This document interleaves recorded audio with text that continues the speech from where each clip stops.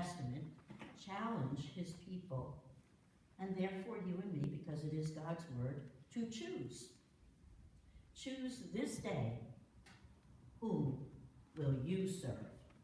And then we heard Paul of the New Testament admonish people, do not conform to the patterns of the gods of this world, to this present age, he's saying. Don't conform to the spirits, the gods of this present age.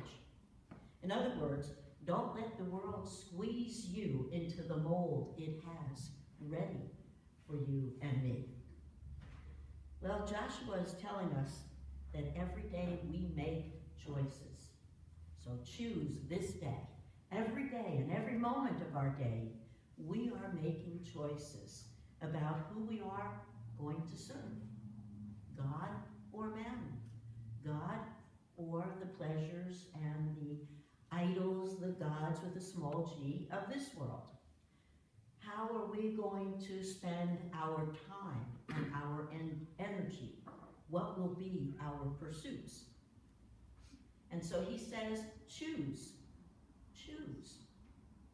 But as for me and my household, we will serve the Lord. That is his answer to the crowds. And Paul is saying that we continually make choices as well. But now we're into the New Testament. We're a few thousand years from Joshua. And so things change a little bit culturally. And Paul is saying that we continually are making choices.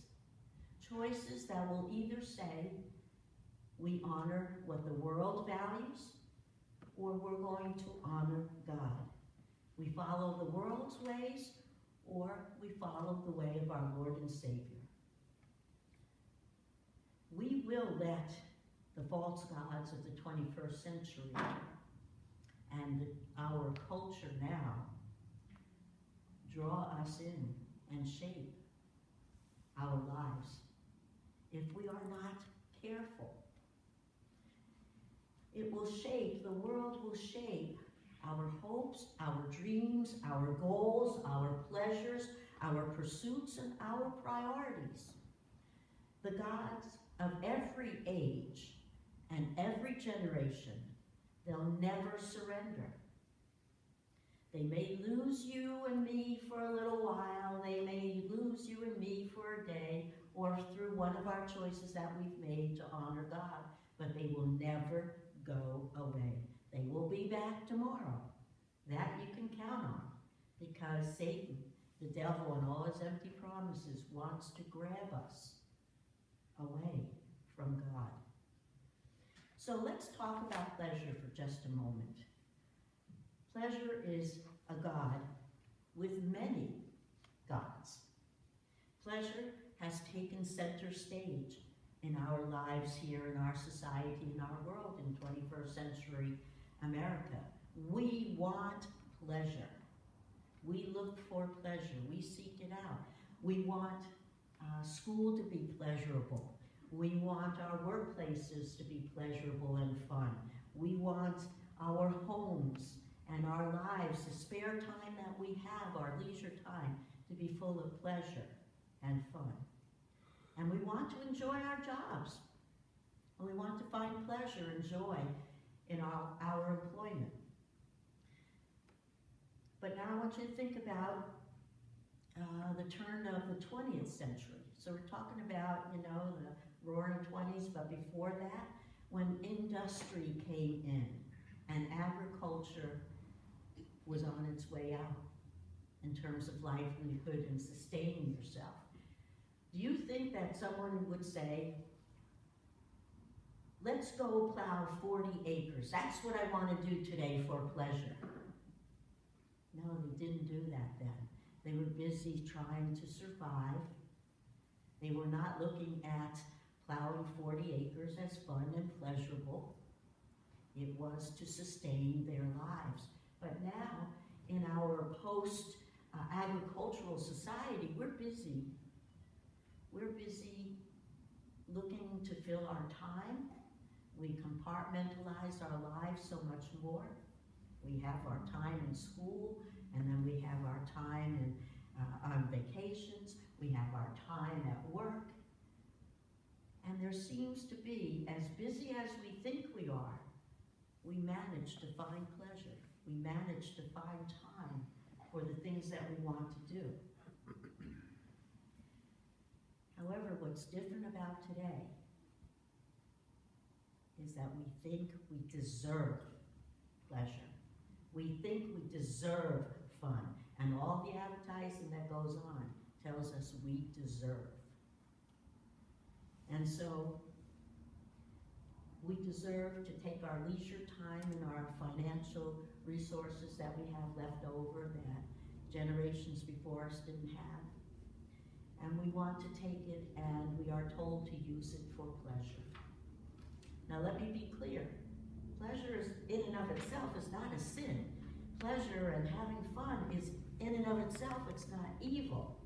It's how we express our pleasure and our fun. It's to what degree we pursue our pleasure, our fun. So as I said, pleasure has many gods.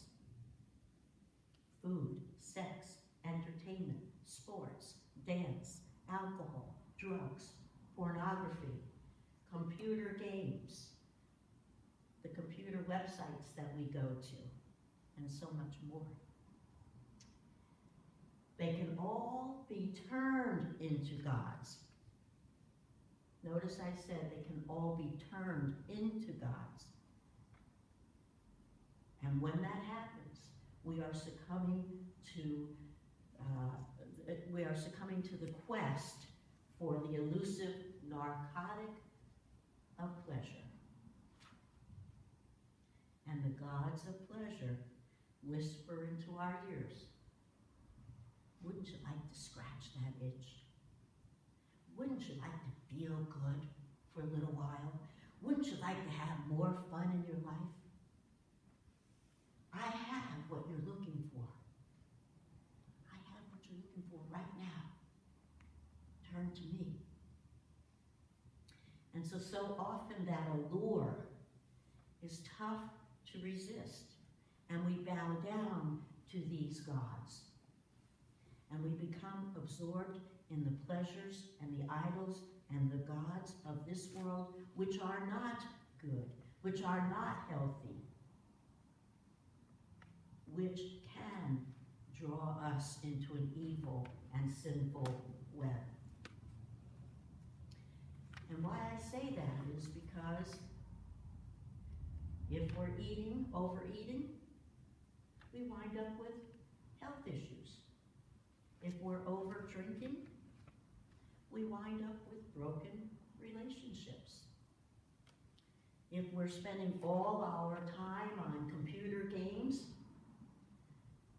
we have wasted time that we could be learning and serving and doing for others. We wind up feeling empty because all we've done is play games. If we're into drugs, loss of life, loss of hope, loss of dreams.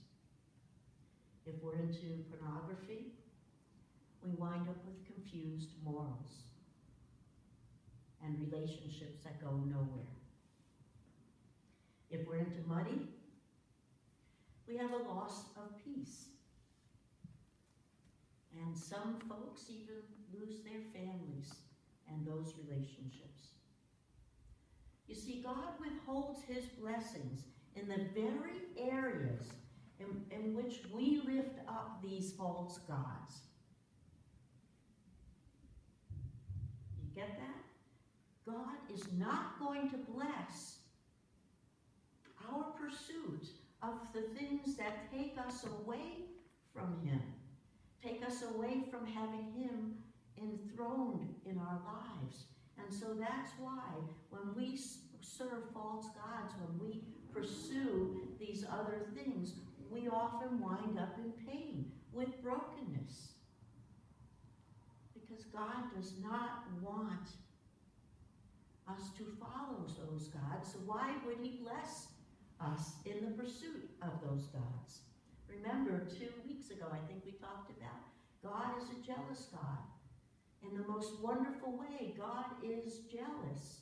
He wants to be center. He wants nothing to come in between. And why is that? Because he loves us. Because he has the very best in mind for us. Because he wants us to know what he has to offer. So he's not going to bless those areas of our lives. The areas that rob us of peace. The areas that cause us to move away from him and his love. Elijah demands from his people a choice. We Claudia read that. Elijah went before the people and said, "How long will you waver between two opinions? If the Lord is God, follow him. But if Baal," and Baal was a god that they were beginning to follow, "but if Baal is God, then follow him." But the people said nothing. Listen to that. The people said nothing. You see, they wanted to have it both ways. They wanted both gods in their lives. They wanted to have it both ways, and they could not make a choice. What are you thirsting for? Do you want it both ways? Yeah, sometimes we all want it both ways. The journey of faith continually asks us to choose. Choose for God. And remind you that pleasure in and of itself, fun in and of itself, is not the issue. It's how we pursue it and how we act out that fun and that pleasure in our lives. Does it take us away from God? Will it harm us spiritually and morally?